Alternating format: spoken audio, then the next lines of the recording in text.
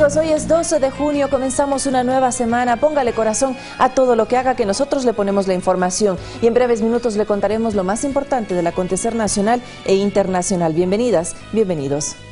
Comenzamos contándole que el gobierno dará un inicio a un censo de personas de la tercera edad en estado de vulnerabilidad. Con esta actividad arrancará el programa Toda una Vida, propuesta de campaña del presidente Lenín Moreno. El Plan Toda una Vida es un programa de asistencia a la población más vulnerable en todas sus edades. El trabajo que se realizará en territorio desde los próximos días permitirá obtener cifras en las cuales se basará el trabajo de la Secretaría Técnica, creada para sacar adelante este proyecto. Vamos a empezar un censo rápido, inmediato, para poder dotar a todos nuestros viejecitos en estado de indefensión de una pensión mensual y seguro gratuito. No va a ser fácil, tienen que ayudarnos a detectar a las personas en indefensión, a que las personas que hacen el censo no sean engañadas.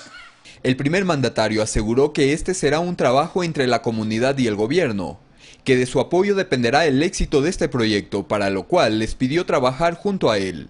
Quiero honestidad, quiero transparencia, quiero trabajo, quiero confianza y sobre todo compromiso con su gobierno, con sus autoridades locales para sacar adelante cada una de las comunidades. La meta del gobierno es atender a las personas que por años han sido invisibilizadas por su condición socioeconómica, permitiéndoles acceder a derechos como seguridad social. Es ocuparse del ser humano en sus distintas etapas. Y esto implica, en términos de política pública, pensar en que las personas tenemos necesidades distintas en nuestros distintos ciclos de vida. Además, el plan Toda una Vida estará orientado a atender a los recién nacidos y a la madre. Con la misión Ternura se brindarán cuidados prenatales, estimulación temprana, parto institucionalizado, cuidados médicos, entre otros.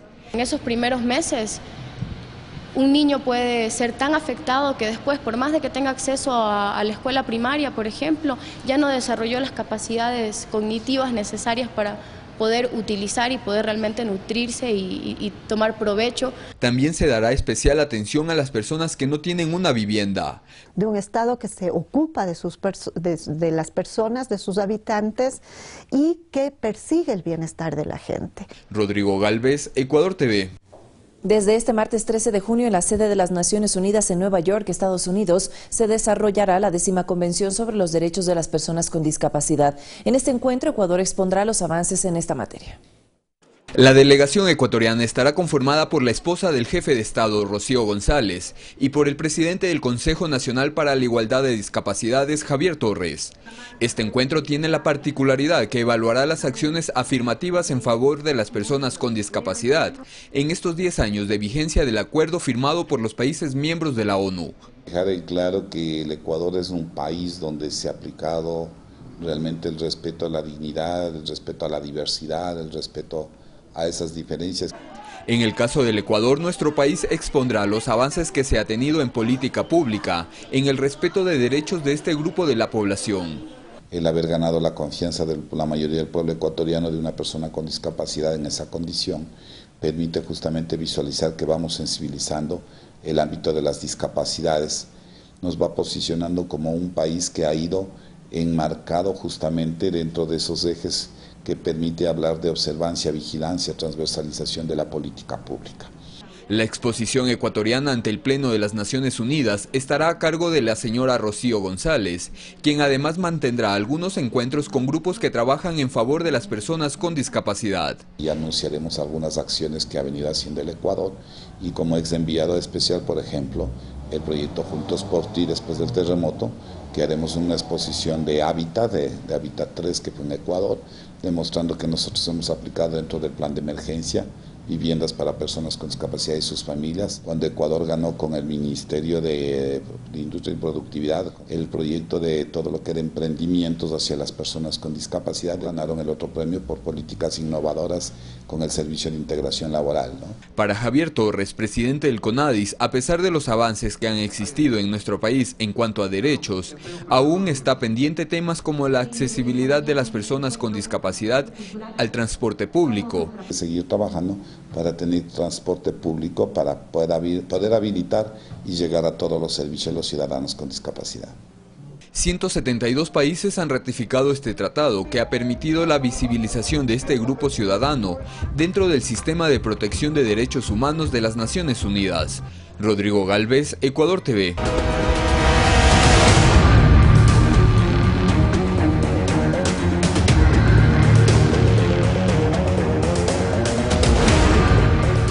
La Fiscalía General en las últimas semanas reveló nombres de funcionarios públicos que habrían recibido sobornos de la empresa brasilera Odebrecht para beneficiarse de contratos con el Estado. A su regreso de su segundo viaje a Brasil, el fiscal general del Estado, Carlos Vaca Mancheno, aseguró que se recabaron nuevos elementos que serán incorporados en la investigación sobre presuntos actos de corrupción cometidos por la empresa Odebrecht. Hemos recolectado nuevas y fundamentales evidencias que van a permitir que estos actos de corrupción sean sometidos a juicio y sus partícipes llevados ante la justicia. Evidencias que, entre otras, consisten en grabaciones de audio, grabaciones de video y una abundante cantidad de documentos. Esta información será verificada antes de continuar con cualquier acción fiscal, pues en todo lo recopilado se han encontrado varios nombres. Tanto de personas que ya han sido procesadas o que ya están siendo investigadas, como potencialmente de nuevos involucrados en esta trama de corrupción. Estos avances se dan una vez que las autoridades llegaron a un acuerdo con funcionarios de Odebrecht, acuerdo que no contempla la impunidad, aclaró el fiscal. De ninguna manera y bajo ningún concepto, este convenio de cooperación suscrito con la empresa concede inmunidad a ninguna persona. Para profesionales expertos en materia penal, esto está amparado en convenios internacionales que permiten que un Estado juzgue delitos transnacionales como la corrupción. En todos los países existen procedimientos y existen penas a imponer bajo el procedimiento. Ellos pueden ser judicializados en el Ecuador porque los delitos de los que se les va a acusar han sido cometidos en el Ecuador o surten sus efectos en el Ecuador. Otra de las acciones que emprendió la Fiscalía dentro de las investigaciones, en este caso que involucra a varios países de la región, fue la reunión de trabajo que mantuvo la fiscal subrogante Tania Moreno con Juan Delgado, fiscal colombiano que investiga delitos de corrupción. Este intercambio de información, siempre siguiendo los procedimientos legales. Que en Colombia hemos avanzado en las investigaciones y otras están en etapa de indagación. Las investigaciones sobre presuntos actos de corrupción de la brasilera Odebrecht llevan más de 5 meses en el país, tiempo en el cual se han detenido a varios presuntos responsables y se ha prohibido la contratación de obras estatales con esta empresa. Rodrigo Galvez, Ecuador TV. Que existe la voluntad política del gobierno de erradicar los actos de corrupción, aseguran varios analistas políticos, quienes además destacan acciones como la conformación del Frente Anticorrupción. La ejecución de obras emblemáticas que contribuyen al cambio de la matriz energética y productiva del país son la insignia del gobierno de la Revolución Ciudadana a criterio del analista político Osvaldo Moreno. Gestión que, según dijo, no estuvo exenta de ser vulnerable a casos de corrupción como el de la red de sobornos de Odebrecht. Pese a esto, considera que existe la voluntad política de erradicar los actos de corrupción en el Ecuador. Yo estoy de acuerdo con el presidente Moreno, hay que ser inclaudicables, implacables con la corrupción, caiga quien caiga, aunque nos duela a todos. Me parece un hecho espantoso, pero tiene que ser la corrupción no de ahora, sino de todos los gobiernos. La corrupción como tal es un mal que existe en todas las sociedades y en todo gobierno. La diferencia está en los que toman posición por no tolerarla y por enfrentarla. Y en el caso del gobierno de Lenín Moreno existe una voluntad política que se puede ver. Evidenciada, según Pavel Robles, en la conformación del Frente Anticorrupción que congrega a especialistas de distintos sectores, en las investigaciones ejecutadas desde la Fiscalía y en los llamados a los implicados a comparecer ante las autoridades ecuatorianas, como en el caso de Carlos Polit. La Asamblea Nacional ya tomó una resolución, es decir, el señor Contralor se ha decidido el inicio del proceso de juicio político, ya esto está en la Comisión de Fiscalización. La presidenta de la comisión deberá en los próximos días notificarle a fin de que comparezca personalmente. Aquí no puede comparecer ni por representante judicial y peor aún hacerlo por videoconferencia. Acciones que forman parte de una lucha que para Abdón Sánchez inició hace ya varios años. Nos da mucha satisfacción saber de que la lucha contra la corrupción que inició el economista Rafael Correa como presidente, está profundizándose hoy. Que dichas investigaciones deben ser manejadas con responsabilidad penal y enmarcadas en normativas como la Constitución y el Código Orgánico Integral Penal, sugiere el ex magistrado Eduardo Franco. Todos los procesados, si están en esa etapa de instrucción, constitucionalmente son inocentes, porque la Constitución establece que mientras no haya sentencia ejecutoriada, todo el mundo es inocente. Jocelyn de Mera, Ecuador TV. Según un experto, las investigaciones sustentadas que desarrolla el Frente de Transparencia deberán ser acogidas por las instituciones encargadas de realizar el debido proceso judicial. Así se podrá cerrar el círculo de lucha contra la corrupción. El analista político Marco Ávila Cartagena afirma que el Frente de Transparencia y Lucha contra la Corrupción tiene una responsabilidad moral ante los ecuatorianos. Esta comisión está revestida de eticidad. Esta comisión va a buscar que efectivamente las cosas se aclaren. Es que desde su punto de vista las investigaciones que realice este Frente Cívico no tendrían el carácter vinculante a procesos judiciales.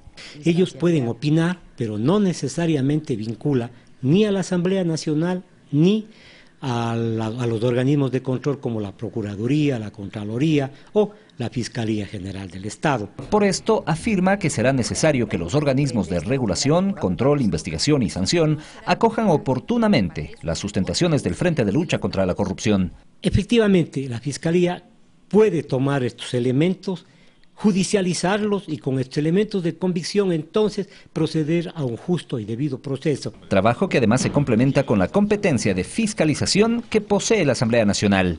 La fiscalización que hace la Asamblea es una fiscalización de carácter político. Entonces ustedes ven, son distintos frentes de lucha contra la corrupción. Nosotros sí creemos que la Asamblea deberá también preocuparse de fortalecer la normativa. ¿Por qué no declarar la muerte civil de los funcionarios corruptos? Es decir, que nunca más puedan ocupar un cargo público. Tareas autónomas, independientes, pero que contribuirán en su conjunto a ponerle un freno a la corrupción. César Tacuri Vintimilla, Ecuador TV. Mediante un comunicado de prensa, el abogado defensor de Walter Solís Guten Berbera aseguró que no existe ninguna vinculación entre el exfuncionario público y el caso Odebrecht, luego de que circuló en redes sociales información sobre una supuesta boleta de captura. No existe ninguna indagación previa en contra del ingeniero Walter Solís Valareso por el caso Odebrecht. Es pernicioso afirmar que contra él se le esté efectuando alguna investigación previa por el caso Odebrecht, porque los informes de Contraloría no establecen indicios ni presunciones de responsabilidad penal en su contra. El ingeniero Walter Solís Valareso expresa por este intermedio que está dispuesto a concurrir las veces que sea a rendir versiones, declaraciones, siempre y cuando se garanticen los derechos humanos, principios y la Constitución que a él lo amparan. Y sobre este mismo tema, el expresidente Rafael Correa escribió en su cuenta de Twitter lo siguiente.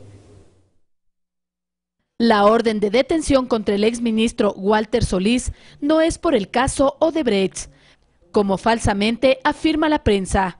Es por un caso que él mismo denunció y que llevaba 4 años en indagación fiscal. Solo se busca humillar. Recuerdan lo mismo hicieron con Lula. Qué lástima que desde ciertos funcionarios del Ejecutivo, autoridades de control y hasta jueces se esté siguiendo el discurso de la oposición, a la cual le importa un bledo la lucha anticorrupción. Tan solo buscan trofeos políticos, que si no hay, habrá que inventarlos. El frente externo no me preocupa, sí el interno, donde por torpeza o deslealtad se habla de marcar distancia con mi gobierno. Mientras tanto, AP calla. Solo se han escuchado voces valientes desde la Asamblea. La verdad prevalecerá y venceremos. En otro tema, varias propuestas expusieron los representantes de las universidades privadas a la CENESID, entre ellas abrir un espacio de diálogo y presentar un proyecto de reformas para la Ley Orgánica de Educación Superior. Aquí los detalles. Entusiasmados de lograr un acuerdo nacional se encontraban los rectores de las universidades privadas del país congregados en Guayaquil. Esto en el marco del diálogo abierto entre la CENESID y las instituciones de educación superior, donde los representantes de dicho sector dieron a conocer sus expectativas. Hemos ratificado un compromiso de cooperar con todo el sistema, con el CENESID, con Augusto, con todo nuestro contingente universitario, para lograr una mejor educación superior al futuro de los ecuatorianos. Conversatorio que concluyó con la entrega de un documento que contempla las propuestas de reformar la Ley Orgánica de Educación Superior desde la perspectiva del sector privado. Básicamente los temas de gobierno, en los temas de financiamiento, en los temas de administración, haciendo ver de que lo que estamos nosotros resaltando es una contribución para el país, pero además se enmarca dentro de las tendencias de la educación superior en América Latina. Que trabajarán conjuntamente en dichos planteamientos, dijo Augusto Barrera, titular de la CENESID, quien pidió a la academia diversificar la oferta educativa para los jóvenes ecuatorianos. Sobre esto, ventajosamente, algunas universidades ya en esta mesa han planteado su disposición, por ejemplo, a potenciar carreras técnicas y tecnológicas. Eso lo vemos con enorme alegría. Esto lo vemos con optimismo porque quien va a salir beneficiado de eso son los jóvenes. Destacó además que ya tuvo un primer acercamiento con el Banco Mundial para cumplir con la propuesta de campaña del presidente Lenín Moreno de fomentar las carreras técnicas a través de la construcción de institutos superiores tecnológicos. Necesitamos una universidad evidentemente democrática, sujeta a control, pero sobre todo una universidad gobernable. No podemos regresar al pasado en donde tengamos el caos más absoluto, y en esto creo que hay bastante coincidencia, a que tengamos unos criterios, pero respetemos las particularidades de gobierno que cada uno de los estamentos y cada universidad pueda plantearse. Más temprano, el secretario de Educación Superior mantuvo reuniones con autoridades de universidades públicas para analizar temas relacionados con el incremento de cupos y mejoras en la calidad del sistema educativo. Jocelyn de Mera, Ecuador TV. Y el Ministerio de Trabajo realiza mesas de diálogo con distintos gremios para elaborar planteamientos sobre una nueva tipología de contratos que favorezca a empleados y empleadores. Que en los próximos días los ciudadanos tendrán nuevos canales virtuales de comunicación directa con el Ministerio de Trabajo, anunció el titular de esta entidad, Raúl Ledesma, quien espera con estas acciones iniciar un diálogo abierto con empleados y empleadores sobre una nueva tipología de contratos que no afecte negativamente las condiciones laborales. Para, en acuerdo con los usuarios, empleados y empleadores, poder entregar productos que permitan el tipo de contratación que usted señala, sin precarizar ni retroceder en uno solo de los derechos laborales. Dijo que el diálogo con distintos gremios de trabajadores continuará en el marco de una reunión con delegados de compañías de seguridad, quienes denunciaron que existen entidades que prestan dicho servicio de manera ilegal. Se sancione a las empresas privadas, a las ciudadelas privadas, a las empresas que están permitiendo la contratación a menos de $2.400 y que están permitiendo que los empleados hagan turnos de 24 horas o 2 empleados en turnos de 12 horas. Según Ricardo Vanegas, presidente de la Asociación Nacional de Empresas de Seguridad Integral ANESI en Guayas, estas empresas ofrecen bajas tarifas por sus servicios. Planteamiento que generó la respuesta inmediata del secretario de Estado, quien indicó que se realizarán operativos de control. Hay que realizar inspecciones integrales para que sepan que van a ir a hacerle la inspección a las ciudadelas, a las escuelas, a donde sirven los empleados, los guardias de seguridad, tienen que tener todos los documentos en regla. Destacó que dichas inspecciones serán ejecutadas en los próximos 30 días. Jocelyn de Mera, Ecuador TV. Y le contamos también que la provincia de Tungurahua cuenta con una nueva plataforma gubernamental, misma que brindará atención a la ciudadanía en las distintas carteras de Estado.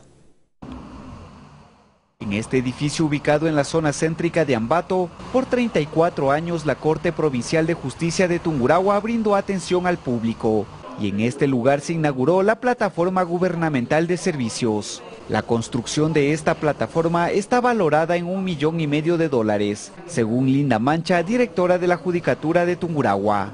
Para que ahora estos 3.481 metros cuadrados de construcción sean de utilidad y de funcionamiento para las nuevas instituciones del Estado.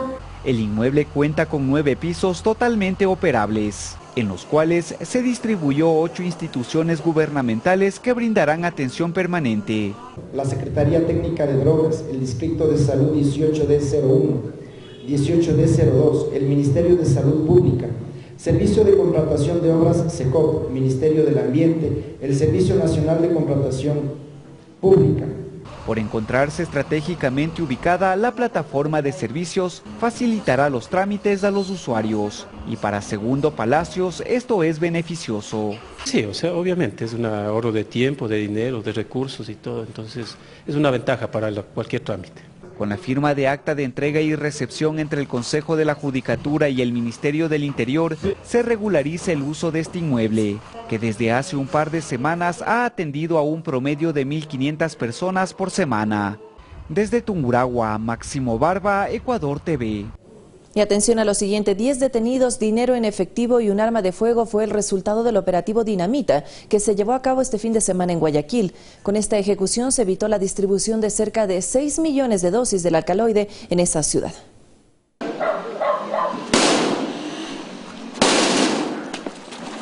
Aún no amanecía y los integrantes de la unidad antinarcóticos ya habían allanado 9 inmuebles en el sur de Guayaquil, los cuales eran usados como centros de acopio y expendio de sustancias estupefacientes. Con el afán de desarticular totalmente esta organización, se realizó una investigación profunda en la cual, con respaldo de Fiscalía General, se logró obtener las boletas de detención de estas personas.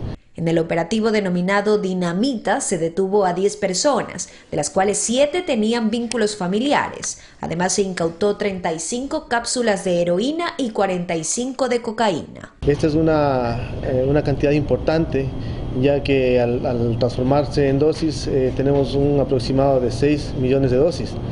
De igual manera se incautó dinero, producto de la venta, y una arma de fuego que también era utilizada para amedrentar a las personas que se apostaban en los lugares. Las investigaciones previas iniciaron hace más de 2 meses y forman parte de las intervenciones que se realizan a nivel nacional para erradicar el consumo de drogas. Que todos los municipios emitan la ordenanza que regule el consumo de drogas en el espacio público. Desde enero de 2017 hasta la fecha, 1.175 operativos han sido ejecutados en Guayaquil, donde se logró la detención de 1.336 implicados y el decomiso de 1 tonelada y 113 kilos de alcaloide. Jocelyn de Mera, Ecuador TV. La incomodidad e insalubridad en la que trabajan 250 comerciantes del cantón Ponce Enríquez en la provincia del Oro dio paso a que el municipio inicie la construcción de un mercado, esto como parte de un proceso de regeneración urbana. Ponce Enríquez es un cantón dedicado en su mayoría a la actividad minera, pero existe un 20% de su población cuya actividad es el comercio, trabajo que según la municipalidad realizan más de 250 personas en estas condiciones. Aquí medio cómodo porque hay que acomodarse como pueda. Una vez que uno la ponen aquí tiene que acomodarse como que pueda. Pues imagínense, es incómodo porque uno no hay cómo estacionar un carro para comprar, imagínense, no hay cómo estar cómodo porque está afuera en la calle. Las calles céntricas y aledañas del poblado se han convertido en su puesto de trabajo y ante la necesidad de regular y adecentar la ciudad, el municipio está construyendo un centro comercial en donde se tiene previsto reubicar este sector. Porque aquí usted ve que el comercio se hace en las calles, venta de legumbres, venta de todo tipo de artículos en las calles, y para nosotros es un problema cerrar las calles, las veredas, y eso nos demanda higiénicamente un problema, y aparte de eso el problema de salud que tenemos permanentemente.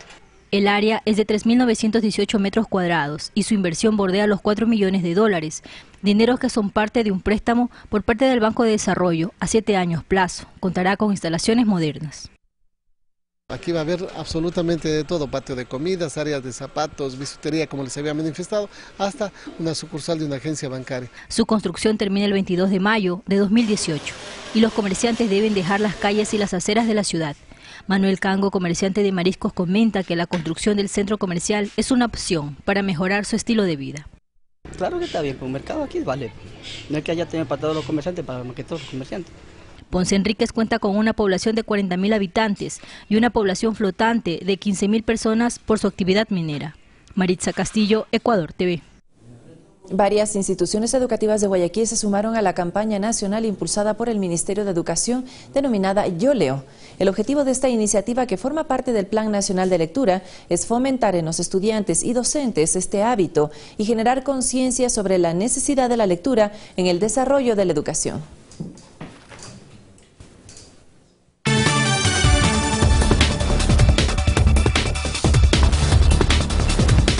Y de inmediato lo más importante del acontecer internacional. Le contamos esta hora, amigas y amigos, que en Puerto Rico, escrutado cerca del 95% de los votos, la opción de seguir anexados a Estados Unidos va ganando con el 97,16%.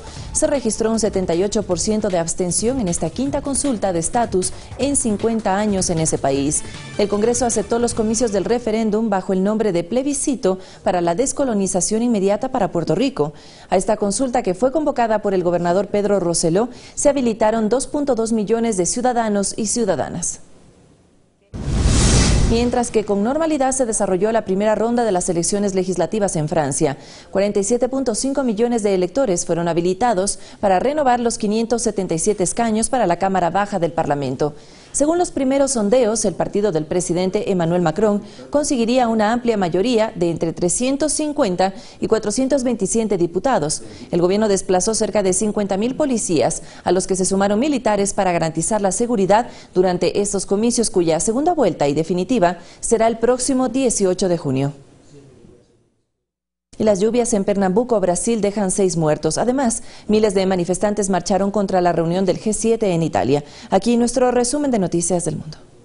El gobierno de Venezuela denunciará ante el Vaticano el uso de niños y niñas en las protestas opositoras que se desarrollan en el país desde hace varias semanas. El presidente Nicolás Maduro enviará una carta al Papa Francisco solicitándole que la oposición ya no utilice en actos violentos a menores de edad. 6 personas muertas y 50.000 desplazados dejan las fuertes lluvias en Pernambuco, Brasil. Son 252 ciudades las afectadas por las precipitaciones que han provocado además deslizamientos de tierra. La situación más compleja es en Santa Catarina, estado fronterizo con Argentina, donde 88 municipios fueron afectados y 27.600 personas tuvieron que abandonar sus casas. La Policía Metropolitana de Londres publicó imágenes de los falsos cinturones explosivos utilizados por los hombres que llevaron a cabo el ataque en la capital británica la semana pasada. Estos tenían botellas de agua cubiertas con cintas plateadas y los atacantes pretendían utilizarlos si había una situación de asedio durante su furia de terror. Miles de manifestantes marcharon en Bolonia, Italia, contra la reunión de ministros del medio ambiente del G7, que se lleva a cabo desde el 10 hasta el 12 de junio. Los principales temas a discutir son la economía verde y circular, así como la cuarta revolución industrial. El presidente de Turquía, Recep Tayyip Erdogan, anunció que continuará con su apoyo a Qatar. Además, pidió que el bloqueo impuesto a ese país sea levantado en su totalidad y exhortó a Arabia Saudita a mostrar su liderazgo para alentar las buenas relaciones en la región. Fernanda de la Bastida, Ecuador TV. Los medios públicos están a su servicio, amigas y amigos. Les invito a revisar los titulares de los principales matutinos de nuestro país. Atención a lo que dice diario El Telégrafo. Autoridades, entes nacionales y extranjeros destacan la reducción del trabajo infantil en el país. Tenemos también más noticias que tienen que ver con el Frente de Transparencia, que arranca hoy con los conversatorios. Al interior de ellos estamos viendo los resultados. Vamos a ver si tenemos alguna otra noticia de interés. En este momento vamos a revisar lo que titula Andes, Agencia Pública de Noticias del Ecuador. Ecuador está representado en la 10ª conferencia de la Organización de Naciones Unidas. El Plan Nacional de Desarrollo se construirá con participación de la ciudadanía. Tenemos también Delfín, empata de visita ante Fuerza Amarilla y sigue firme en la punta del campeonato ecuatoriano. Esto en el mundo del deporte del balompié ecuatoriano. Y también, amigas y amigos, les invitamos a repasar, a hacer una vista por nuestra página www.mediospublicos.es para que ustedes conozcan más sobre nuestra programación, pero también estamos reseñando aquí las noticias más importantes del Ecuador y del resto del planeta. Usted puede seguirla en cualquier punto del planeta las 24 horas del día. Momento de hacer nuestra primera pausa, pero al regresar, Carlos Rabascal estará construyendo pensamiento crítico. Les dejamos con el pronóstico del tiempo en nuestras principales ciudades. Ya volvemos.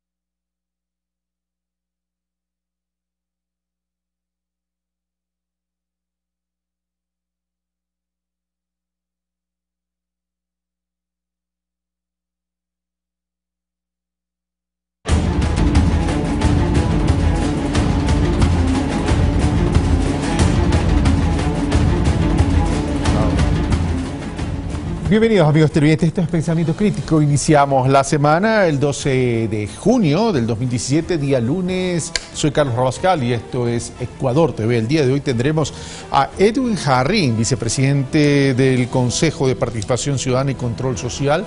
Y luego tendremos en los estudios de Guayaquil a Lourdes Luque, consultora asociada de Corpey y experta en temas ambientales, con quien vamos a conversar sobre el impacto que pudiese tener o que puede tener y la salida de Estados Unidos del Acuerdo de París. Bueno, iniciamos entonces. Edwin Jarrín, muy buenos días, gracias por haber aceptado nuestra invitación.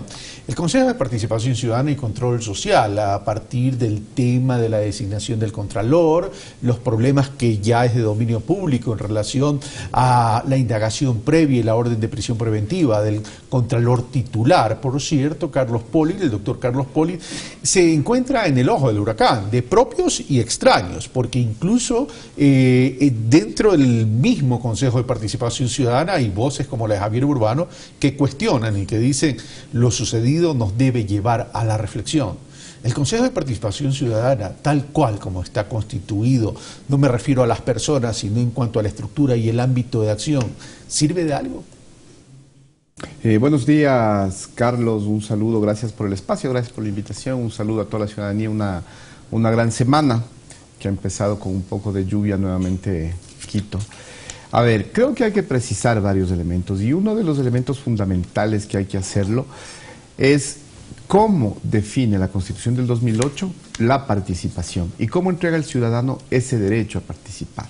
A partir de eso creo que cualquier situación es perfectible siempre. ¿Y qué quiero decir con esto? A las voces que tú planteabas hace un momento, siempre tendremos cosas por mejorar. Siempre habrá acciones que hacerlas más eficientemente, más efectivamente y de mayor impacto. Y una de esas quizá que es la que está en debate y la que le ha planteado el consejero Javier Burbano, por ejemplo, es tener la capacidad de comunicar. Y eso es algo que es necesario debatirlo, porque finalmente nosotros cuando investigamos hechos de corrupción no definimos responsables, nosotros definimos indicios, sean de responsabilidades administrativas o sean de responsabilidades penales.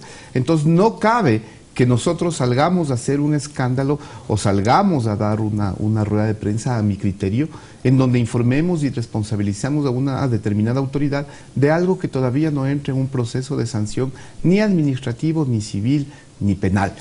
Pero sin embargo, existen acciones en todo el país que deberían ser comunicadas, que tienen que ver como, por ejemplo, los temas de rendición de cuentas y cómo la ciudadanía se va empoderando del ejercicio de rendición de cuentas.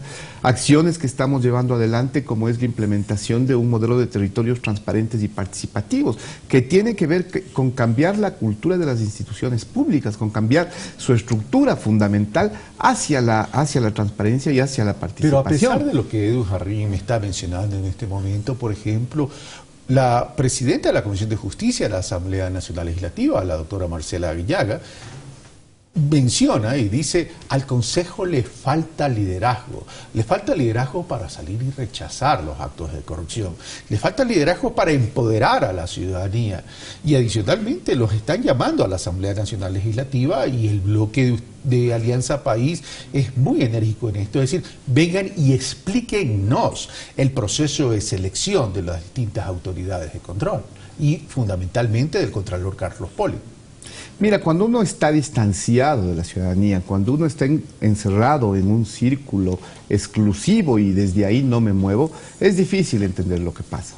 Cuando no salgo un paso más allá de mi círculo a ver cómo está la ciudadanía constituyendo consejos barriales, cómo está fortaleciendo asambleas ciudadanas, cómo está haciendo veedurías, cómo se está empoderando de la rendición de cuentas. Cuando mi círculo es el mismo y de ahí no salgo, puedo tener un criterio extremadamente subjetivo como el del asambleísta Guillaga, que además a mi criterio personal tiene que ver con cuestiones personales y rivalidades personales más que con un cuestionamiento hacia la institucionalidad. Entonces debemos madurar en ese aspecto.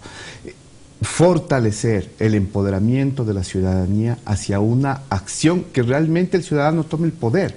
Es decir, cómo pasamos de una democracia representativa a una democracia participativa, que es el eje fundamental de la Constitución 2008. Pero más allá que esto pudiese, según Edwin Jarrín, ser temas personales de la asambleísta y presidenta de la Comisión de Justicia, Marcela Guiñaga, no es la única la que ha levantado la voz dentro del bloque de Alianza País.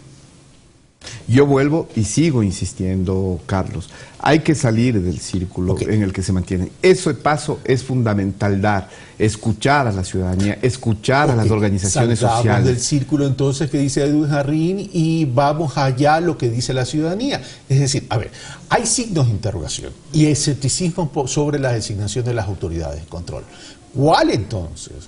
¿O qué han hecho ustedes para establecer ciertos mecanismos que la ciudadanía realmente se empodere en esos temas? Porque Raquel González, que es la presidenta del Consejo de Participación Ciudadana, dice, bueno, está la instancia de las observaciones ciudadanas, pero daría la impresión que esas instancias de las observaciones ciudadanas no logran empoderar a la ciudadanía para que se establezca como proceso de transparencia y que se derive en empoderamiento ciudadano en relación a todos estos procesos. Mira, existen, te voy a poner un ejemplo. Siempre que inicia un proceso de concurso, desde cuando hacemos el llamado a la veeduría, desde ese momento, en las 24 provincias del país, tienes a los delegados del Consejo de Participación Ciudadana yendo a los colegios de profesionales, yendo a las universidades, teniendo vocería en medios de comunicación, invitando a la ciudadanía que participe. Tener una veeduría que vigile el concurso del Contralor con 160 personas no es poca cosa. Son 160 ciudadanos que creo provenían de 10 provincias diferentes. Tener una veeduría que vigile el concurso del Fiscal General de la República con más de 100 ciudadanos no es poca cosa. Son acciones ciudadanas. Quizá no son los ciudadanos de los mismos apellidos y que tienen los micrófonos a su disposición.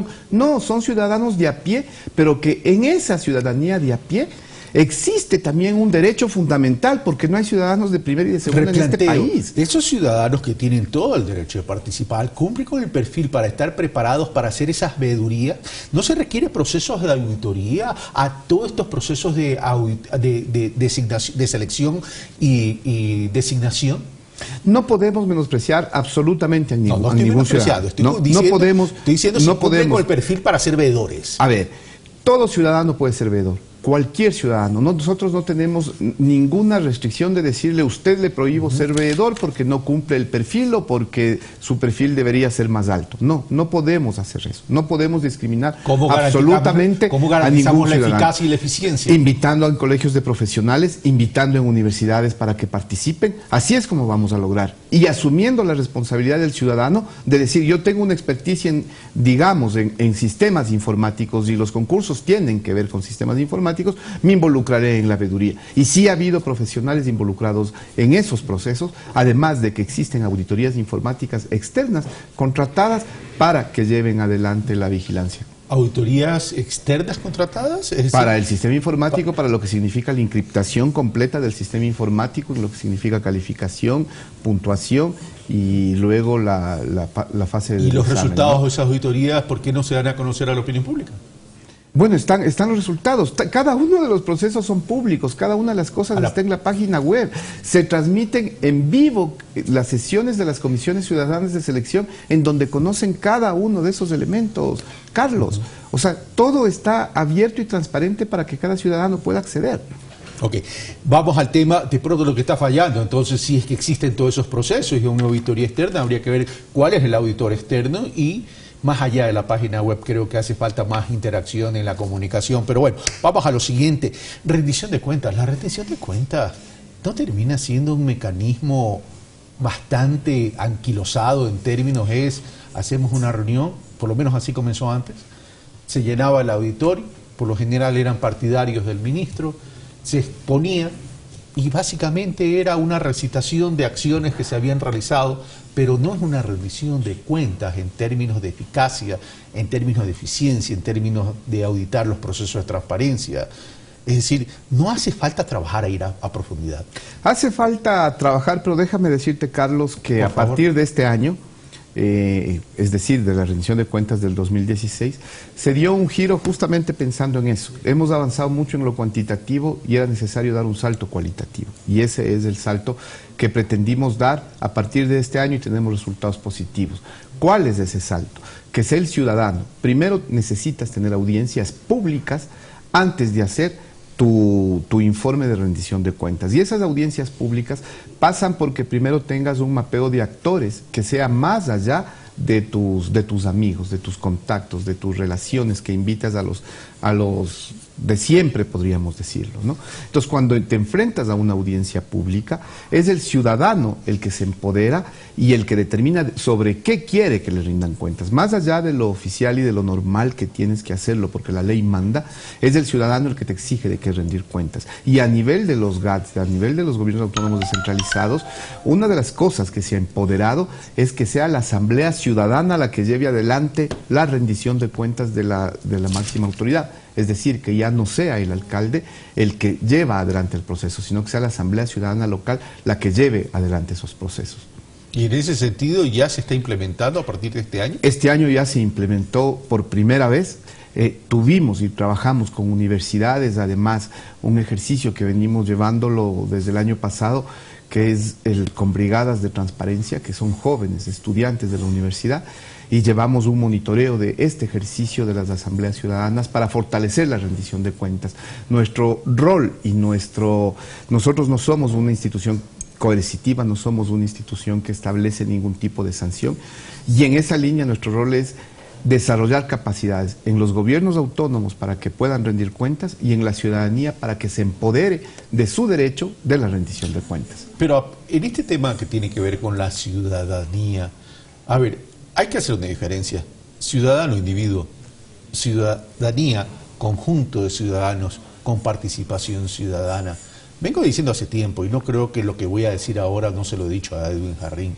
La figura de la silla vacía, por ejemplo, sigue estando vacía, con raras excepciones se llena, pero más allá de llenar esa silla vacía, que termina siendo un símbolo y a lo mejor hasta una metáfora, la idea es construir comunidad ciudadana para efectos que participe efectivamente en el diseño de políticas públicas y en la planificación de desarrollos incluso de los propios territorios y localidades. ¿Qué tanto se ha avanzado eso? ¿Qué tipo de data dura tenemos como para, por ejemplo, establecer impactos positivos en participación ciudadana? Son aislados lo que tú estás planteando, y es verdad, hay que fortalecerlo. Las autoridades tienen mucho miedo a la participación ciudadana, tienen mucho miedo a que pero el ciudadano empoderado... Es cuestión de que están obligados a permitir. Así es, y hace un momento comentaba un elemento. Nosotros no somos una institución coercitiva. Por decirte algo, existen irregularidades expresas en normativas, en ordenanzas que regulan la utilización de la silla vacía, que es la del sistema de participación ciudadana.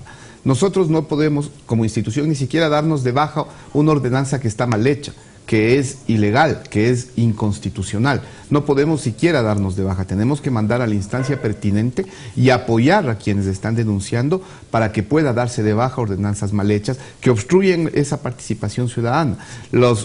Son aislados la participación y la utilización de la silla vacía, y a pesar de esas cosas aisladas, existen resultados que son interesantes. O sea, hay acciones fuertes. Tenemos un ejemplo en la provincia, en la ciudad de Loja, en relación a una normativa con las personas de discapacidad, y así hay elementos, pero son efectivamente aislados y es necesario fortalecerlos. Edwin Jarrín, muchas gracias por estar con nosotros. Gracias y buena semana nuevamente. Bueno, ¿para cuándo, por cierto, está prevista la visita a la Asamblea? No tenemos convocatoria formal, no ha fijado la fecha. Bueno, ok. Gracias, Edwin Jarrín. Nosotros hacemos una pausa y regresamos de inmediato ya con Lourdes Luque para hablar sobre cuáles son los efectos de la salida de Estados Unidos en relación al Acuerdo de París. ¿Realmente tiene efecto?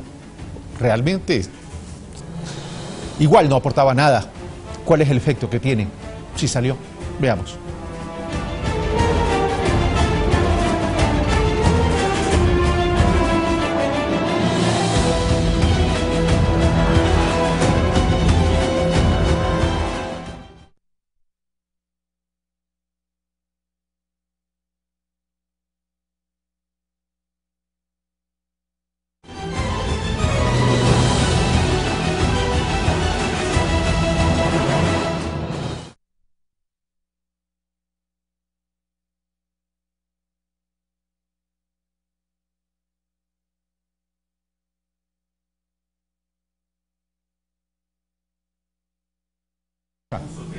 Lourdes, Carlos Rabascal te saluda. ¿No me escuchas? ¿Qué dices, Carlitos? Buenos días, perfecto. ¿Tú me oyes a mí? Perfecto, esa voz a mí me despierta. Dile que nos brinden un café para despertarnos los dos. Ah, caramba, por favor, en Guayaquil, que dejen un poquito la austeridad. Un cafecito. Un cafecito. ¿Cómo estás? Bien, bien, bien. Regresando de Lima, ayer en la noche fui a visitar a mi hijo. ¿Vive en Lima? Qué rico. Sí, mi hijo trabaja en Lima ya, tiene 8 meses. Está de jefe financiero de una empresa ecuatoriana allá, Agritop. Ay, qué lindo. Es súper. ¿Cuál es Agritop? Los que hacen... Agritop es la de Fernando Torres, no sé si lo ubicas. Fernando Torres, el de cacao. No. Ah, no creo, no sé si tengan cacao. No. Ay, Fernando Torres Trujillo o Bejarano, ¿qué es? Fernando Torres Trujillo, creo que. Bueno, anyway. Pero qué chévere. ¿Y qué hace allá? Es jefe financiero. Pero tu hijo sí, pero Agritop allá. Ah, igual, agroquímicos. Fumigaciones, agroquímicos, venta, comercialización de agroquímicos. Súper, qué bueno. Qué lindo. ¿Comiste bien, más que sea? Delicioso.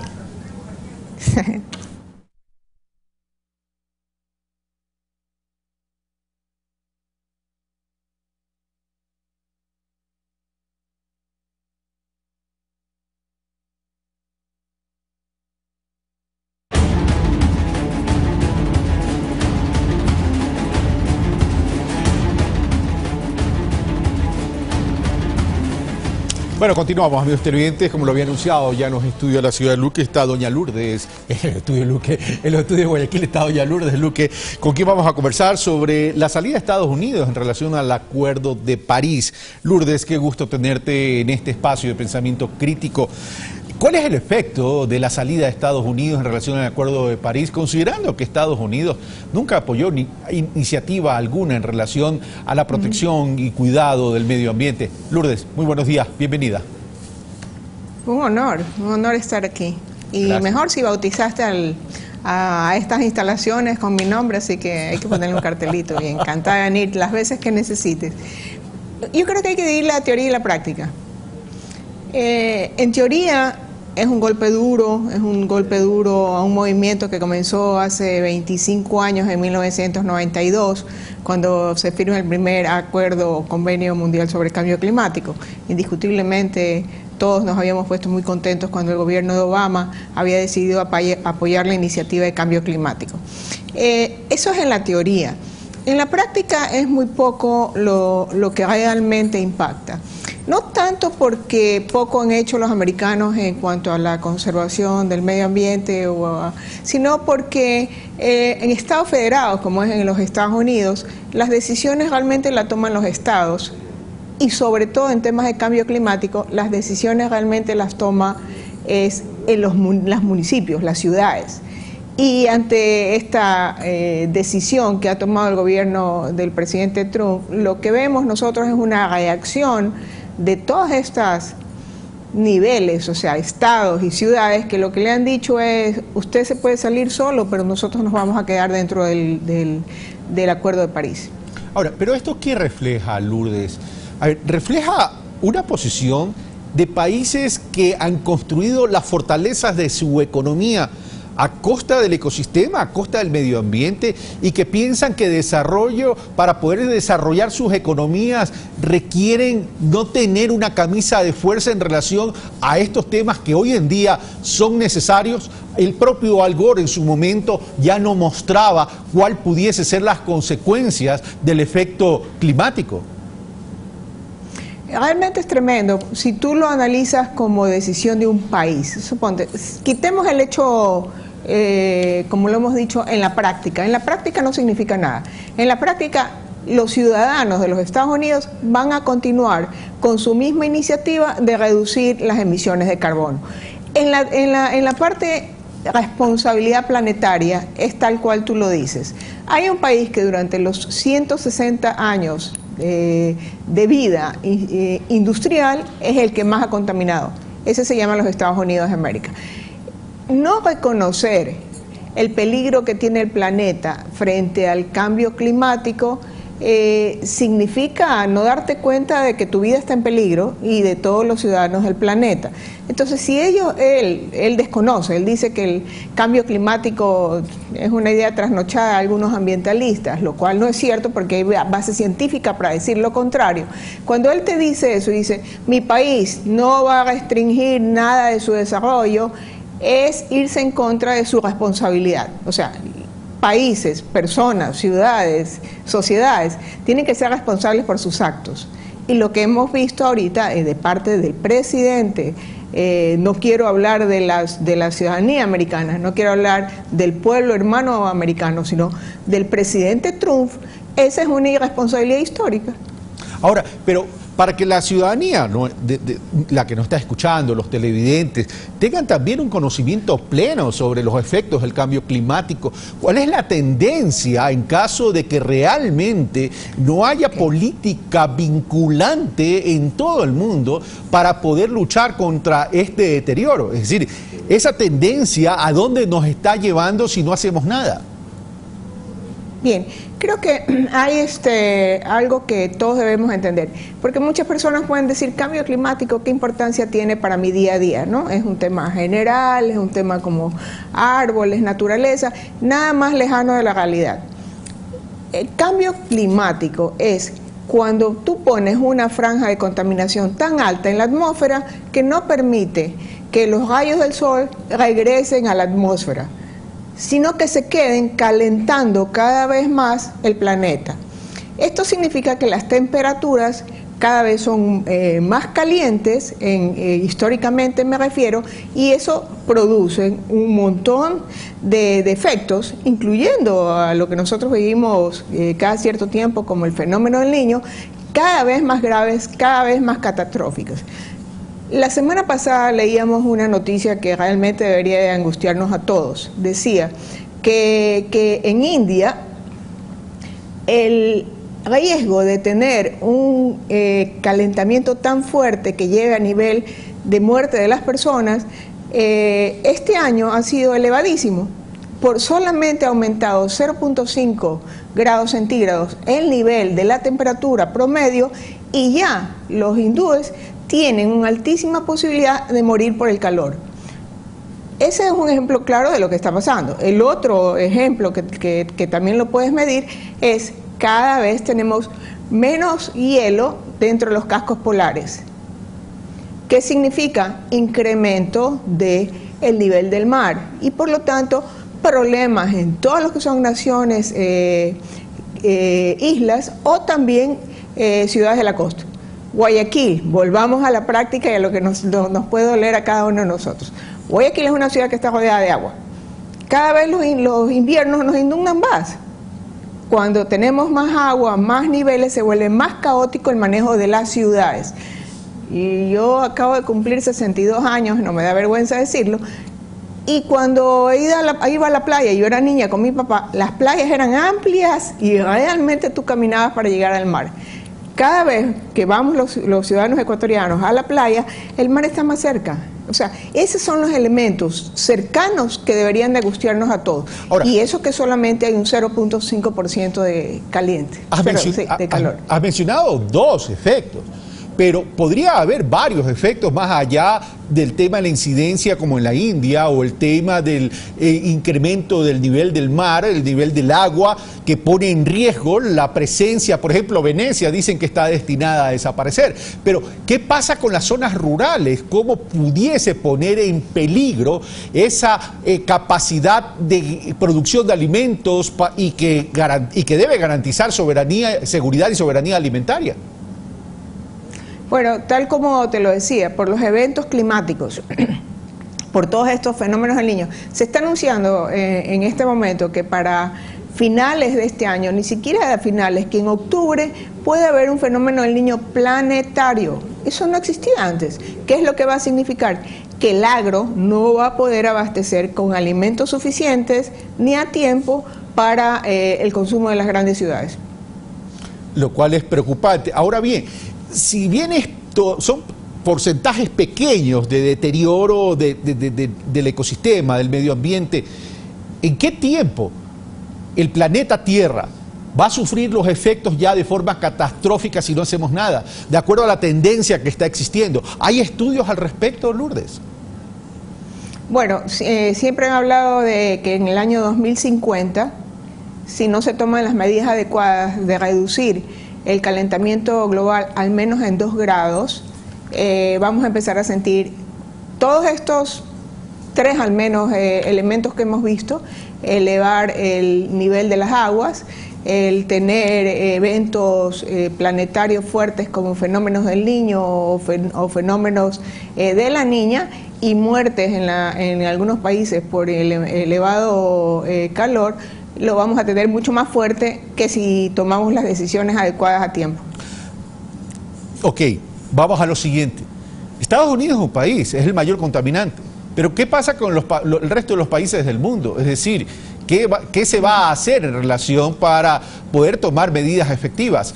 ¿Hay la disposición política de los distintos mandatarios? Y además, esto va a jugar dependiendo cuál es el gusto y los disgustos de cada uno de los mandatarios de las naciones del mundo. Bueno, energúmenos se dan en todas partes. Yo creo que primero hay que ver que solamente 3 países no firmaron París. Siria, que es muy entendible porque vive en guerra. Nicaragua, por un tema conceptual muy claro, decir: yo no tengo por qué reducir mis emisiones de carbono si los países más contaminantes no asumen su responsabilidad. Y los Estados Unidos ahora. Entonces, solamente son 3 países. Todo el resto de países del mundo firmaron el Acuerdo de París. Por lo tanto, no hay mucho riesgo. Pero mira, vale la pena decir que 100 de los países más pobres contaminan el 3% del ambiente. Mírate, en los números es importante verlo, ¿sí? Y 3 de los países más industrializados contaminan el 95%. O sea, esos son los datos. O sea, los 3 países más industrializados contaminan el 95%. 100 países menos desarrollados contaminan el 13%. O sea, cuando el presidente Gustavo Noboa me hizo el honor de invitarme a que sea su ministra de Ambiente, nosotros llevábamos siempre la teoría de los foros internacionales de responsabilidades planetarias, pero diferenciadas a tu nivel de impacto. ¿A mayor concentración de riqueza, a mayor contaminación? Lourdes, ¿a mayor concentración de riqueza de los países industrializados, mayor contaminación entonces? Sí, porque juegan un poco factores adicionales, que no solamente es la industrialización, son los patrones de consumo, el nivel de basuras. Entonces tú en una sociedad industrializada, no educada, porque hay unos países que son industrializados pero que son realmente muy educados, volvamos otra vez a los países socialistas europeos. Son naciones industrializadas, o sea, han logrado un desarrollo impresionante, pero tienen unos patrones de consumo, tienen unos niveles de conciencia ambiental bastante altos. Por lo tanto, no necesariamente estamos hablando exclusivamente de que son industrializados o no, sino que sus patrones culturales no son los adecuados. Hay toda una teoría que habla de la obsolescencia programada. Esto significa que el celular que tenemos nosotros está programado para durar una cantidad de años y después nos obligan a comprar el nuevo. Antes las cosas duraban para siempre. Me acuerdo que las refrigeradoras, lavadoras de mi abuela las usaba mi mamá y todavía las llegué a conocer. Ahora ya eso no existe, ahora ya todo está programado para que tú compres, uses, compres, uses, compres, uses. Entonces ese es un patrón cultural. Y que tiene que ver también con valores. Lourdes Luque, muchas gracias. A propósito... ahora sí te perdí. ¿Ahí me escuchas? Lo que te quería decir... Ahora sí, ya, gracias. Lo que te quería decir, que primero muchas gracias por haber participado en esta visión tuya en relación y en este análisis en relación del cambio climático, por un lado. Y por otro lado, te comprometo a retomar un tema que tú y yo sabemos cuál es. Allá por el año 2004 y allá por el año 2005, más o menos, Me recuerdo de una llamada telefónica tuya que me hiciste en aquel momento para analizar y plantear la necesidad de la agenda de desarrollo de la provincia del Guayas. Eso como que se quedó en el limbo en algún momento, pero creo que es importante retomarla hoy en día. Lourdes Luque. Más que nunca, encantada, regreso las veces que tú me llames. Vale la pena decirte que también hay iniciativas locales en el Ecuador importantes. Hoy, mañana y pasado, Corpey está exponiendo los resultados de la medición de huella de carbono en los productos de exportación ecuatorianos. Qué bueno. Este pequeño país, que puede ser como Nicaragua en cuanto al bajo impacto, demuestra que sí nos preocupan los temas de cambio climático. Sobre Guayaquil, lo que quieras, es urgente, más que nunca, que todos los guayaquileños tengamos una sola agenda. Bueno, y Guayaquil es Guayas, ¿ah? Ojo. Guayaquil es la zona de influencia, así es. Lourdes Luque, como siempre, un gusto poder conversar contigo y qué gusto también tenerte en Pensamiento Crítico. Un fuerte abrazo. Igual, un abrazo y gracias. Bueno, nosotros hemos terminado por el día de hoy, amigos televidentes. Esto fue Pensamiento Crítico. Soy Carlos Rabascal. Los espero el día de mañana con Pensamiento Crítico y en la noche con Pulso Político.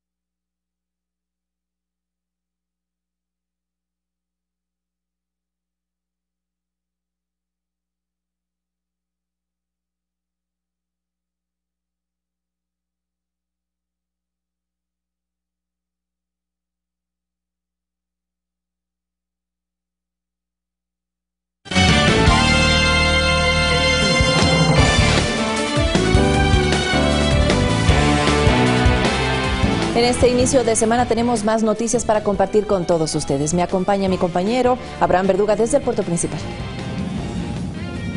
Vane, es un placer acompañarte, un feliz inicio de semana para todos. Vamos de inmediato con la información.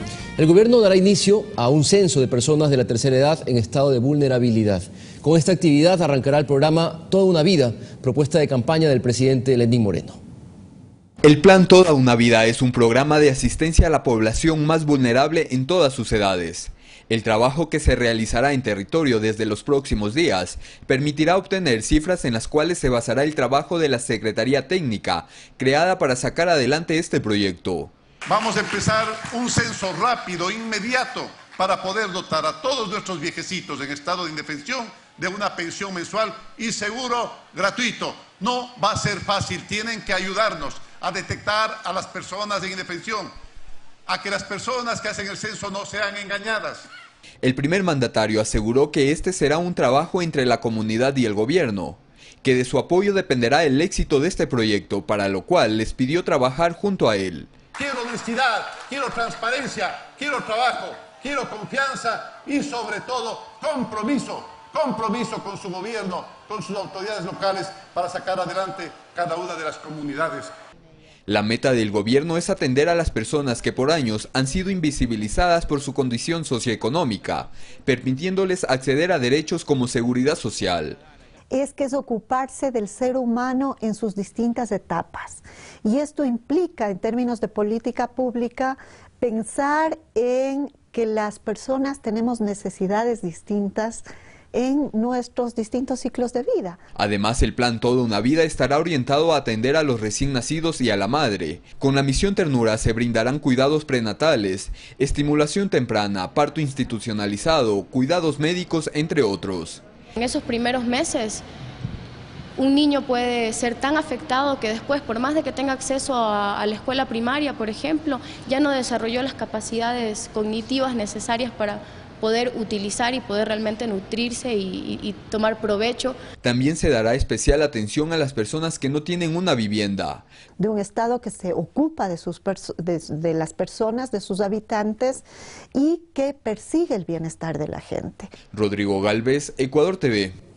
Desde este martes 13 de junio, en la sede de las Naciones Unidas en Nueva York, Estados Unidos, se desarrollará la 10ª Convención sobre los Derechos de las Personas con Discapacidad. En este encuentro, Ecuador expondrá los avances en esta materia. La delegación ecuatoriana estará conformada por la esposa del jefe de Estado, Rocío González, y por el presidente del Consejo Nacional para la Igualdad de Discapacidades, Javier Torres. Este encuentro tiene la particularidad que evaluará las acciones afirmativas en favor de las personas con discapacidad en estos 10 años de vigencia del acuerdo firmado por los países miembros de la ONU. Dejar en claro que el Ecuador es un país donde se ha aplicado realmente el respeto a la dignidad, el respeto a la diversidad, el respeto a esas diferencias. En el caso del Ecuador, nuestro país expondrá los avances que se ha tenido en política pública, en el respeto de derechos de este grupo de la población. El haber ganado la confianza de la mayoría del pueblo ecuatoriano de una persona con discapacidad en esa condición permite justamente visualizar que vamos sensibilizando el ámbito de las discapacidades. Nos va posicionando como un país que ha ido enmarcado justamente dentro de esos ejes que permite hablar de observancia, vigilancia, transversalización de la política pública. La exposición ecuatoriana ante el Pleno de las Naciones Unidas estará a cargo de la señora Rocío González, quien además mantendrá algunos encuentros con grupos que trabajan en favor de las personas con discapacidad. Y anunciaremos algunas acciones que ha venido haciendo el Ecuador y como ex enviado especial, por ejemplo, el proyecto Juntos por Ti después del terremoto, que haremos una exposición de Hábitat, de Hábitat 3 que fue en Ecuador, demostrando que nosotros hemos aplicado dentro del plan de emergencia viviendas para personas con discapacidad y sus familias, cuando Ecuador ganó con el Ministerio de Industria y Productividad el proyecto de todo lo que era emprendimientos hacia las personas con discapacidad. Ganaron el otro premio por políticas innovadoras con el Servicio de Integración Laboral, ¿no? Para Javier Torres, presidente del CONADIS, a pesar de los avances que han existido en nuestro país en cuanto a derechos, aún está pendiente temas como la accesibilidad de las personas con discapacidad al transporte público. Seguir trabajando para tener transporte público, para poder habilitar y llegar a todos los servicios de los ciudadanos con discapacidad. 172 países han ratificado este tratado que ha permitido la visibilización de este grupo ciudadano dentro del sistema de protección de derechos humanos de las Naciones Unidas. Rodrigo Galvez, Ecuador TV.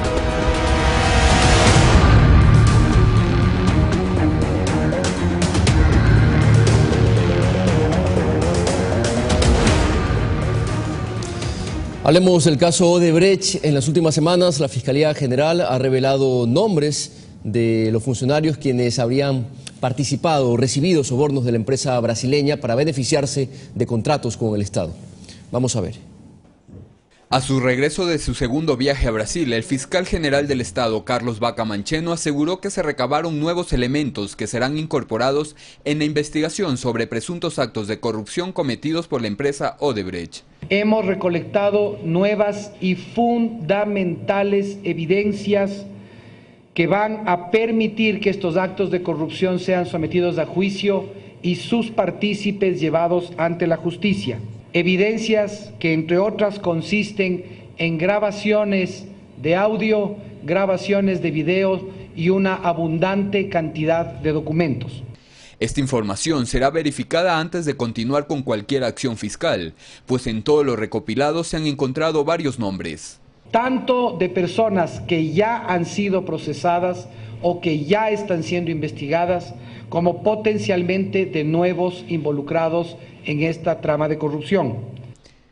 Estos avances se dan una vez que las autoridades llegaron a un acuerdo con funcionarios de Odebrecht, acuerdo que no contempla la impunidad, aclaró el fiscal. De ninguna manera y bajo ningún concepto este convenio de cooperación suscrito con la empresa concede inmunidad a ninguna persona. Para profesionales expertos en materia penal, esto está amparado en convenios internacionales que permiten que un Estado juzgue delitos transnacionales como la corrupción.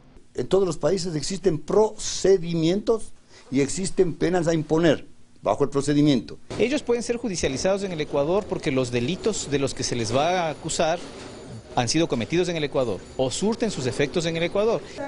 Otra de las acciones que emprendió la Fiscalía dentro de las investigaciones, en este caso que involucra a varios países de la región, fue la reunión de trabajo que mantuvo la fiscal subrogante Tania Moreno con Juan Delgado, fiscal colombiano que investiga delitos de corrupción. Este intercambio de información, siempre siguiendo los procedimientos legales. Que en Colombia hemos avanzado en las investigaciones y otras están en etapa de indagación. Las investigaciones sobre presuntos actos de corrupción de la brasilera Odebrecht llevan más de 5 meses en el país, tiempo en el cual se han detenido a varios presuntos responsables y se ha prohibido la contratación de obras estatales con esta empresa. Rodrigo Galvez, Ecuador TV. Existe la voluntad política del gobierno de erradicar los actos de corrupción, aseguran varios analistas políticos, quienes además destacan acciones como la conformación del Frente Anticorrupción. La ejecución de obras emblemáticas que contribuyen al cambio de la matriz energética y productiva del país son la insignia del gobierno de la Revolución Ciudadana a criterio del analista político Osvaldo Moreno. Gestión que, según dijo, no estuvo exenta de ser vulnerable a casos de corrupción como el de la red de sobornos de Odebrecht. Pese a esto, considera que existe la voluntad política de erradicar los actos de corrupción en el Ecuador. Yo estoy de acuerdo con el presidente Moreno, hay que ser inclaudicables, implacables con la corrupción, caiga quien caiga, aunque nos duela a todos. Me parece un hecho espantoso, pero tiene que ser la corrupción no de ahora, sino de todos los gobiernos. La corrupción como tal es un mal que existe en todas las sociedades y en todo gobierno. La diferencia está en los que toman posición por no tolerarla y por enfrentarla. Y en el caso del gobierno de Lenín Moreno existe una voluntad política que se puede ver. Evidenciada, según Pavel Robles, en la conformación del Frente Anticorrupción que congrega a especialistas de distintos sectores, en las investigaciones ejecutadas desde la Fiscalía y en los llamados a los implicados a comparecer ante las autoridades ecuatorianas, como en el caso de Carlos Polit. La Asamblea Nacional ya tomó una resolución, es decir, el señor Contralor se ha decidido el inicio del proceso de juicio político, ya esto está en la Comisión de Fiscalización. La presidenta de la comisión deberá en los próximos días notificarle a fin de que comparezca personalmente. Aquí no puede comparecer ni por representante judicial y peor aún hacerlo por videoconferencia. Acciones que forman parte de una lucha que para Abdón Sánchez inició hace ya varios años. Nos da mucha satisfacción saber de que la lucha contra la corrupción que inició el economista Rafael Correa como presidente, está profundizándose hoy. Que dichas investigaciones deben ser manejadas con responsabilidad penal y enmarcadas en normativas como la Constitución y el Código Orgánico Integral Penal, sugiere el ex magistrado Eduardo Franco. Todos los procesados, si están en esa etapa de instrucción, constitucionalmente son inocentes, porque la Constitución establece que mientras no haya sentencia ejecutoriada, todo el mundo es inocente. Jocelyn de Mera, Ecuador TV. Según un experto, las investigaciones sustentadas que desarrolla el Frente de Transparencia deberán ser acogidas por las instituciones encargadas de realizar el debido proceso judicial. Así se podrá cerrar el círculo de lucha contra la corrupción en el marco de la institucionalidad. El analista político Marco Ávila Cartagena afirma que el Frente de Transparencia y Lucha contra la Corrupción tiene una responsabilidad moral ante los ecuatorianos. Esta comisión está revestida de eticidad. Esta comisión va a buscar que efectivamente las cosas se aclaren. Es que desde su punto de vista las investigaciones que realice este Frente Cívico no tendrían el carácter vinculante a procesos judiciales.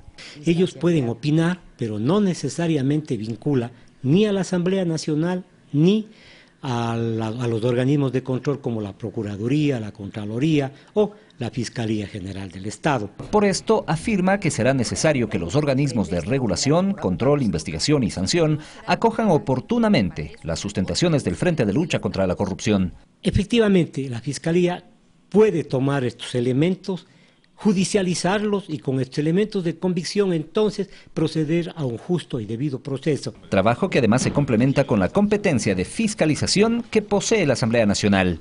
La fiscalización que hace la Asamblea es una fiscalización de carácter político. Entonces ustedes ven, son distintos frentes de lucha contra la corrupción. Nosotros sí creemos que la Asamblea deberá también preocuparse de fortalecer la normativa. ¿Por qué no declarar la muerte civil de los funcionarios corruptos? Es decir, que nunca más puedan ocupar un cargo público. Tareas autónomas, independientes, pero que contribuirán en su conjunto a ponerle un freno a la corrupción. César Tacuri Vintimilla, Ecuador TV. Mediante un comunicado de prensa, el abogado defensor de Walter Solís Gut en Berbera aseguró que no existe ninguna vinculación entre el exfuncionario público y el caso Odebrecht, luego de que circulara en redes sociales información sobre una supuesta boleta de captura. No existe ninguna indagación previa en contra del ingeniero Walter Solís Valareso por el caso Odebrecht. Es pernicioso afirmar que contra él se le esté efectuando alguna investigación previa por el caso Odebrecht, porque los informes de Contraloría no establecen indicios ni presunciones de responsabilidad penal en su contra. El ingeniero Walter Solís Valareso expresa por este intermedio que está dispuesto a concurrir las veces que sea a rendir versiones, declaraciones, siempre y cuando se garanticen los derechos humanos, principios y la Constitución que a él lo amparan. Y sobre este mismo tema, el expresidente Rafael Correa escribió en su cuenta de Twitter lo siguiente. Vamos a verlo.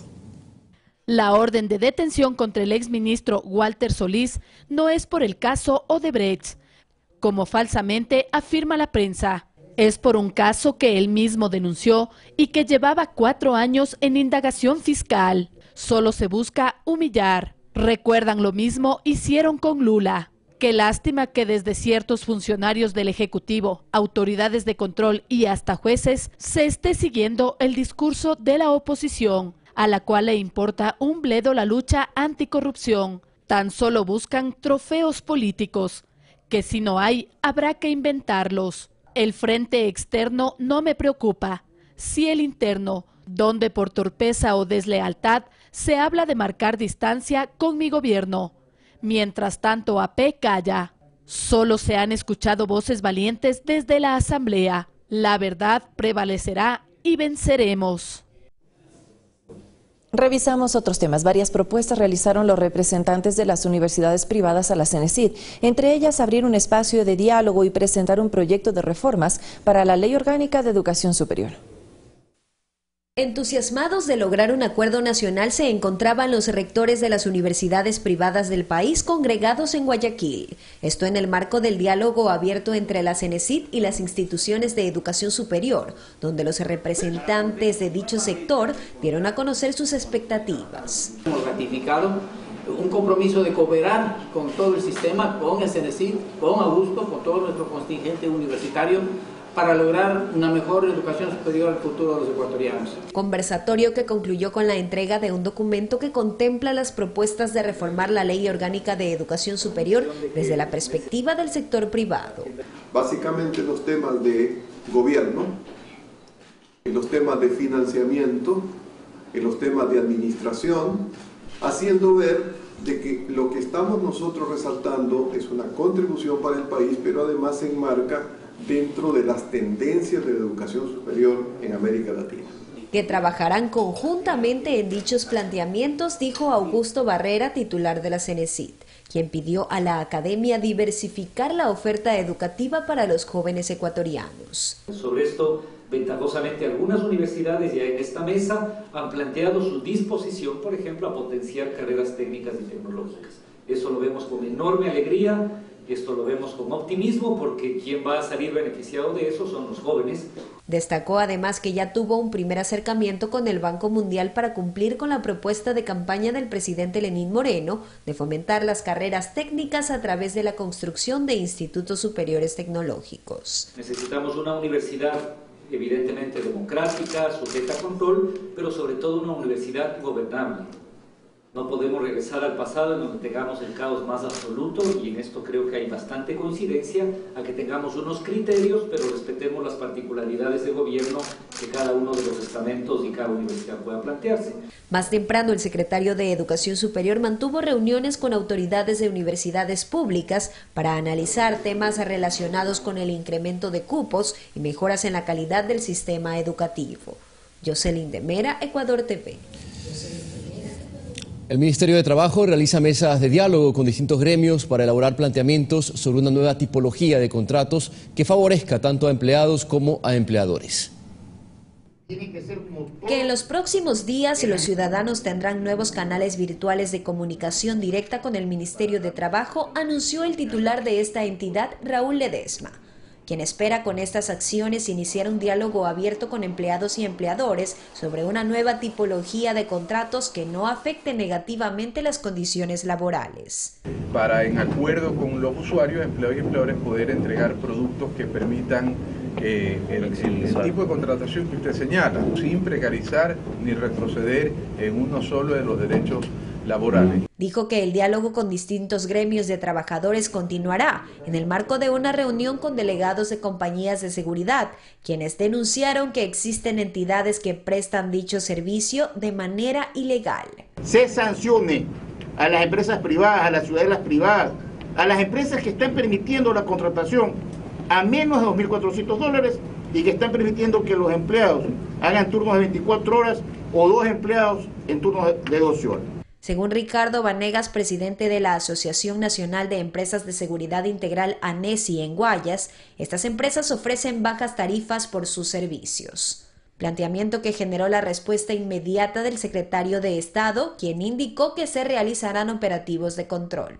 Hay que realizar inspecciones integrales para que sepan que van a ir a hacerle la inspección a las ciudadelas, a las escuelas, a donde sirven los empleados, los guardias de seguridad, tienen que tener todos los documentos en regla. Destacó que dichas inspecciones serán ejecutadas en los próximos 30 días. Jocelyn de Mera, Ecuador TV. Y le contamos que la provincia de Tungurahua cuenta con una nueva plataforma gubernamental, misma que brindará atención a la colectividad en las distintas carteras de Estado. En este edificio ubicado en la zona céntrica de Ambato, por 34 años la Corte Provincial de Justicia de Tungurahua brindó atención al público. Y en este lugar se inauguró la plataforma gubernamental de servicios. La construcción de esta plataforma está valorada en $1,5 millones, según Linda Mancha, directora de la Judicatura de Tungurahua. Para que ahora estos 3.481 metros cuadrados de construcción sean de utilidad y de funcionamiento para las nuevas instituciones del Estado. El inmueble cuenta con 9 pisos totalmente operables, en los cuales se distribuyó 8 instituciones gubernamentales que brindarán atención permanente. La Secretaría Técnica de Drogas, el Distrito de Salud 18D01, 18D02, el Ministerio de Salud Pública, Servicio de Contratación de Obras SECOP, Ministerio del Ambiente, el Servicio Nacional de Contratación Pública. Por encontrarse estratégicamente ubicada, la plataforma de servicios facilitará los trámites a los usuarios. Y para Segundo Palacios, esto es beneficioso. Sí, o sea, obviamente es un ahorro de tiempo, de dinero, de recursos y todo, entonces es una ventaja para cualquier trámite. Con la firma de acta de entrega y recepción entre el Consejo de la Judicatura y el Ministerio del Interior, se regulariza el uso de este inmueble, que desde hace un par de semanas ha atendido a un promedio de 1.500 personas por semana. Desde Tungurahua, Máximo Barba, Ecuador TV. Otro tema, 10 detenidos, dinero en efectivo y un arma de fuego fue el resultado del operativo Dinamita que se llevó a cabo este fin de semana en Guayaquil.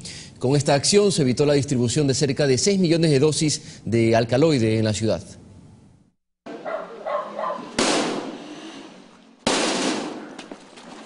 Aún no amanecía y los integrantes de la unidad antinarcóticos ya habían allanado 9 inmuebles en el sur de Guayaquil, los cuales eran usados como centros de acopio y expendio de sustancias estupefacientes. Con el afán de desarticular totalmente esta organización, se realizó una investigación profunda en la cual, con respaldo de Fiscalía General, se logró obtener las boletas de detención de estas personas. En el operativo denominado Dinamita se detuvo a 10 personas, de las cuales 7 tenían vínculos familiares. Además se incautó 35 cápsulas de heroína y 45 de cocaína. Esta es una cantidad importante, ya que al transformarse en dosis tenemos un aproximado de 6 millones de dosis. De igual manera se incautó dinero producto de la venta y una arma de fuego que también era utilizada para amedrentar a las personas que se apostaban en los lugares. Las investigaciones previas iniciaron hace más de 2 meses y forman parte de las intervenciones que se realizan a nivel nacional para erradicar el consumo de drogas. Que todos los municipios emitan la ordenanza que regule el consumo de drogas en el espacio público. Desde enero de 2017 hasta la fecha, 1.175 operativos han sido ejecutados en Guayaquil, donde se logró la detención de 1.336 implicados y el decomiso de 1 tonelada y 113 kilos de alcaloide. Jocelyn de Mera, Ecuador TV.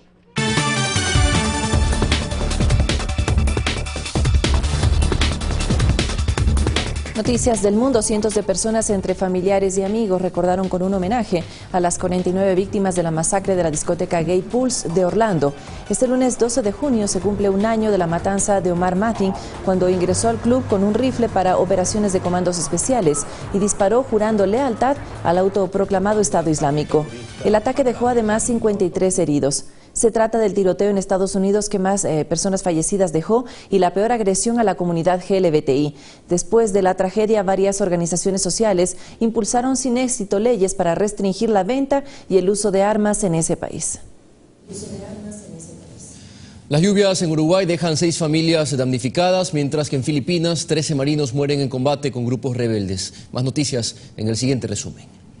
Las intensas lluvias de los últimos días en Uruguay dejan a 6.000 familias desplazadas de sus hogares por las inundaciones. Así lo informó el Sistema Nacional de Emergencias de este país. Por las precipitaciones registradas en la cuenca media y alta del río Uruguay en el sur de Brasil, se pronostica que el número de damnificados aumente a 10.000 familias por la crecida del río, que podría alcanzar su nivel más alto. El departamento de El Salto es el más afectado y de momento se han enviado 12 contenedores de ayuda.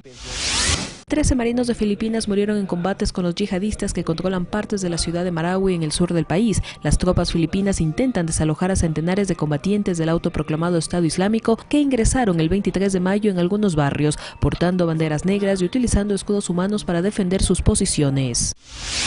Saif el-Islam Gaddafi, el segundo hijo del ex dictador libio Muammar el-Gaddafi, fue liberado por el grupo armado que lo tenía retenido en la ciudad occidental de Sintán. La Corte Penal Internacional ha asegurado que sobre él pesa una orden de captura. Saif el-Islam, de 44 años, es el hijo más destacado de Gaddafi y era el posible sucesor antes del levantamiento hace 6 años que acabó con la destitución y el asesinato de su padre.